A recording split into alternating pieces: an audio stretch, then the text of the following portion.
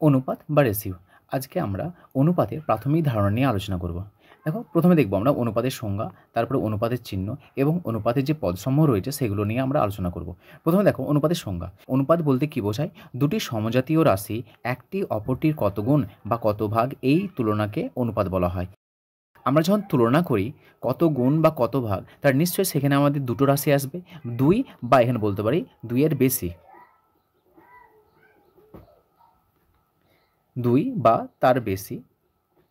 সুতরাং দুই বা তার বেশি সমজাতীয় রাশি একটি অপরটির কত গুণ বা কত ভাগ, এই তুলনাকে অনুপাত বলা হয়। এখানে দেখো লিখেছি আমরা সমজাতীয় রাশি। সমজাতীয় রাশি বলতে কী বোঝায়? সহজে যদি আমরা উদাহরণ নিই, ধরে নাও আমি বললাম যে 10 মিটার, আর বললাম আমি 20 গ্রাম, এবং আমি অপরটি লিখলাম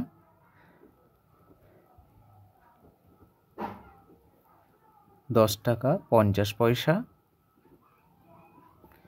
ও 200 পয়সা। তাহলে দেখো, এখানে আমরা 10 মিটার লিখেছি, 20 গ্রাম লিখেছি, এখানে লিখেছি 10 টাকা 50 পয়সা ও 200 পয়সা লিখেছি।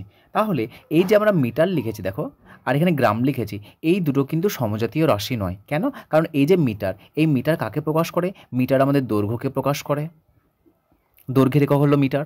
আর এই যে গ্রাম লিখেছি, এই গ্রাম কাকে প্রকাশ করে? গ্রাম হলো আমাদের ভরকে প্রকাশ করে। সুতরাং এই যে ভর আর এই যে দৈর্ঘ্য, নিশ্চয়ই দুটো সম্পূর্ণ আলাদা জিনিস। তাহলে এই যে দুটো আলাদা, তার মানে এরা কি সমজাতীয় রাশি নয়। তাহলে আমরা এই যে মিটার, 10 মিটার দেওয়া আছে আর 20 গ্রাম দিয়েছে, এদের মধ্যে আমরা কোনো অনুপাত নির্ণয় করতে পারবো না। সুতরাং এখানে আমাদের যখনই আমরা অনুপাত নির্ণয় করব, সেই দুটো কী হতে হবে? সমজাতীয় রাশি হতে হবে। এটাও যদি দৈর্ঘ্যকে প্রকাশ করে, তাহলে অবশ্যই এটাকেও দৈর্ঘ্যে প্রকাশ করতে হবে। যদি দৈর্ঘ্যকে প্রকাশ না করে, তাহলে সেই দুটি রাশির মধ্যে আমরা অনুপাত নির্ণয় করতে পারবো না। সেই জন্য আমাদের কী হতে হবে? আমাদের অবশ্যই সমজাতীয় রাশি হতে হবে। দেখো, এখানে লিখেছি 10 টাকা 50 পয়সা, এটা আমাদের টাকার পরিমাণকে বোঝাচ্ছে। এখানে দেখো 200 পয়সা লিখেছি, এটাও আমাদের টাকার পরিমাণকে বোঝাচ্ছে। তাহলে এই দুটি রাশির মধ্যে আমরা কি অনুপাত নির্ণয় করতে পারবো।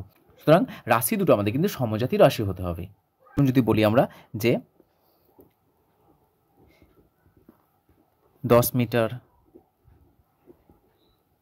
20 মিটার, এটা আমরা সমজাতীয় রাশি। যদি বলা হয় 100 গ্রাম 150 কিলোগ্রাম, এটা আমাদের সমজাতীয় রাশি। এটা আমাদের ভরকে প্রকাশ করে, এটাও ভরকে প্রকাশ করে। এটা মিটার, দৈর্ঘ্যকে প্রকাশ করে, এটাও মিটার, দৈর্ঘ্যকে প্রকাশ করে। তাহলে এগুলো হলো আমাদের সমজাতীয় রাশি। এই সকল রাশির মধ্যে আমরা অনুপাত নির্ণয় করতে পারবো। সো একে বলা হচ্ছে আমাদের কি? সমজাতীয় রাশি।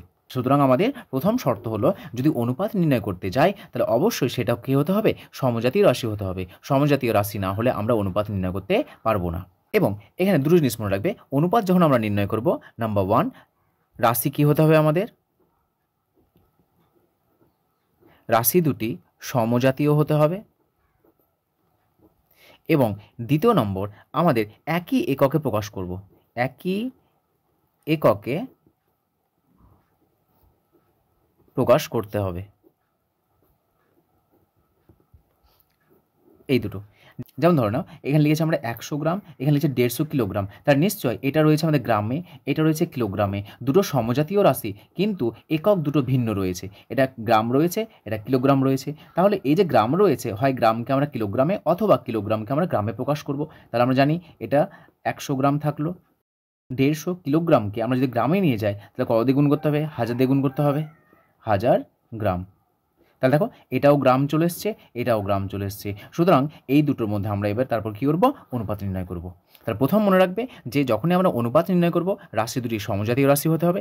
দ্বিতীয়, একই এককে প্রকাশ করব। প্রকাশ থাকবে না, হয়তো প্রকাশ থাকতে পারে অথবা প্রকাশ নাও থাকতে পারে। যদি প্রকাশ করা না থাকে, তাহলে আমরা অবশ্যই প্রকাশ করে নেব। তারপরে আমরা কি করব? তাদের মধ্যে আমরা অনুপাত নির্ণয় করব। দ্বিতীয় চলে আসো অনুপাতের চিহ্ন। অনুপাতের চিহ্ন কীরকম? অনুপাতের চিহ্ন হলো, এটা হলো অনুপাতের চিহ্ন। অর্থাৎ যদি আমরা বলি এরকম যে এ ও বি দুটি সমজাতীয় রাশি,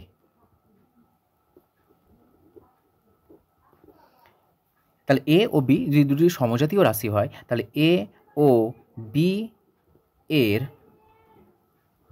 অনুপাতকে এ অনুপাত বি দ্বারা প্রকাশ করা হয়।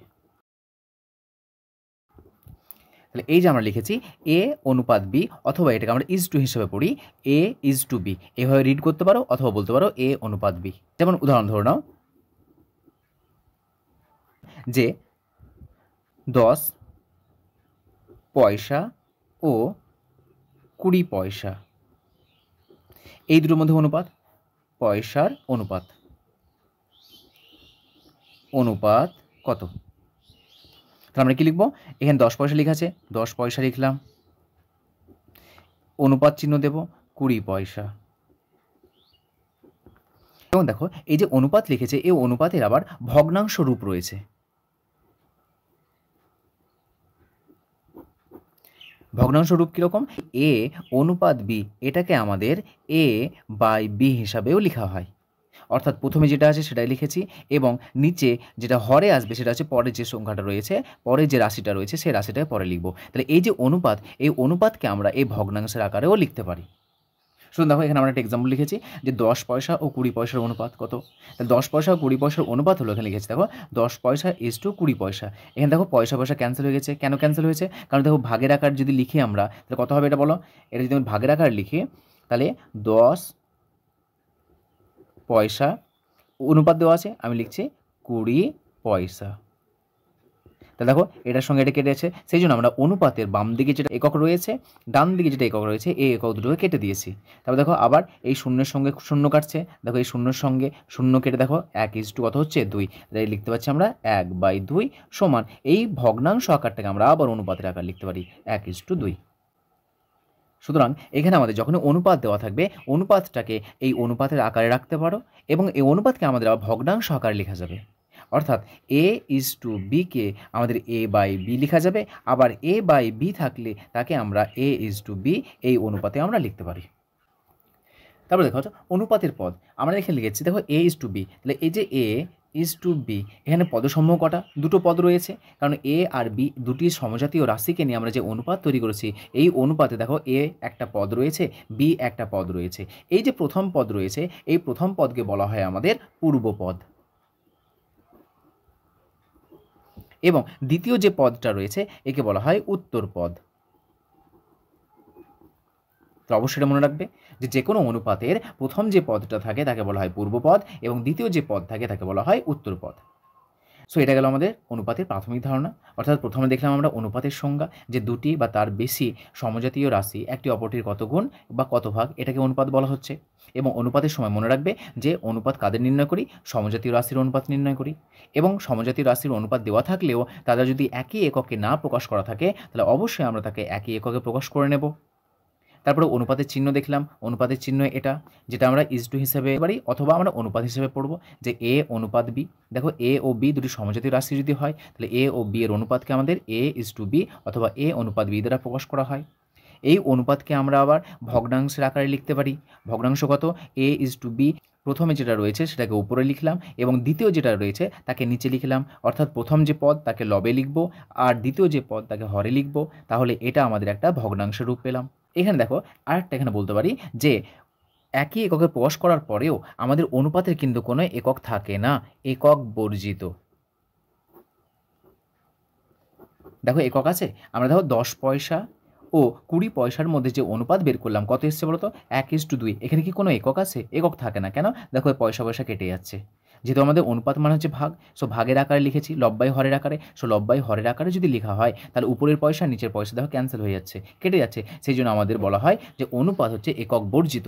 আর দেখো আমরা 10 পয়সা 20 পয়সা এখানে একক ছিল, কিন্তু যখন এদের অনুপাত নির্ণয় করছি সেখানে কিন্তু কোনো একক নেই। সুতরাং অনুপাত হলো একক বর্জিত। তারপর দেখো অনুপাতের পদসমূহ কী পেলাম আমরা? অনুপাতের পদ দুটি পেলাম। একটা হচ্ছে যদি এ ও বি দুটি সমজাতি রাশি হয়, তাহলে এই যে এ ইজ টু বি অনুপাত লিখেছি, এই এ ইজ টু বি অনুপাতের প্রথম যে পদ রয়েছে তাকে বলা হয় পূর্বপদ, এবং দ্বিতীয় যে পদ রয়েছে তাকে বলা হয় উত্তরপদ। 5:3 অনুপাতের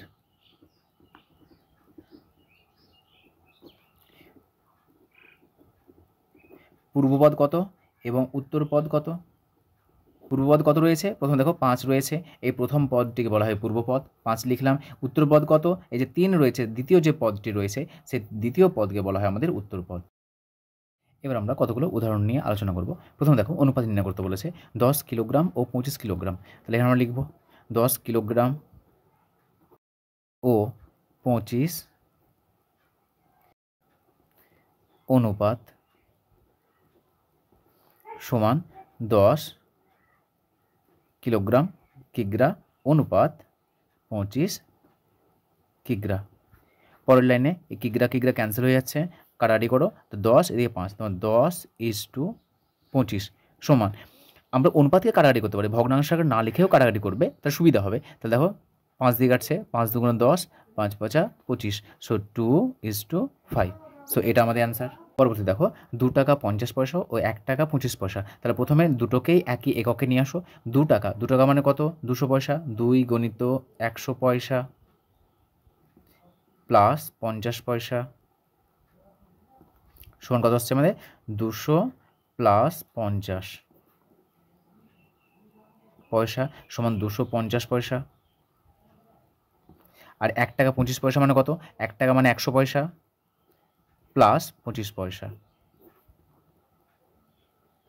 তাহলে কত পেলাম? 125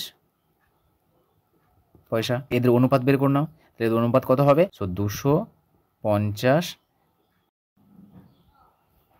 ইজটু পয়সার সঙ্গে পয়সা ক্যান্সেল সমান 250 ইজটু 125। এটা কাটাকাটি করো, 5 5 25, 0 5 25 125, 25 দুগুণ 50, 25কে 25। সো আমাদের অ্যান্সার কত হলো?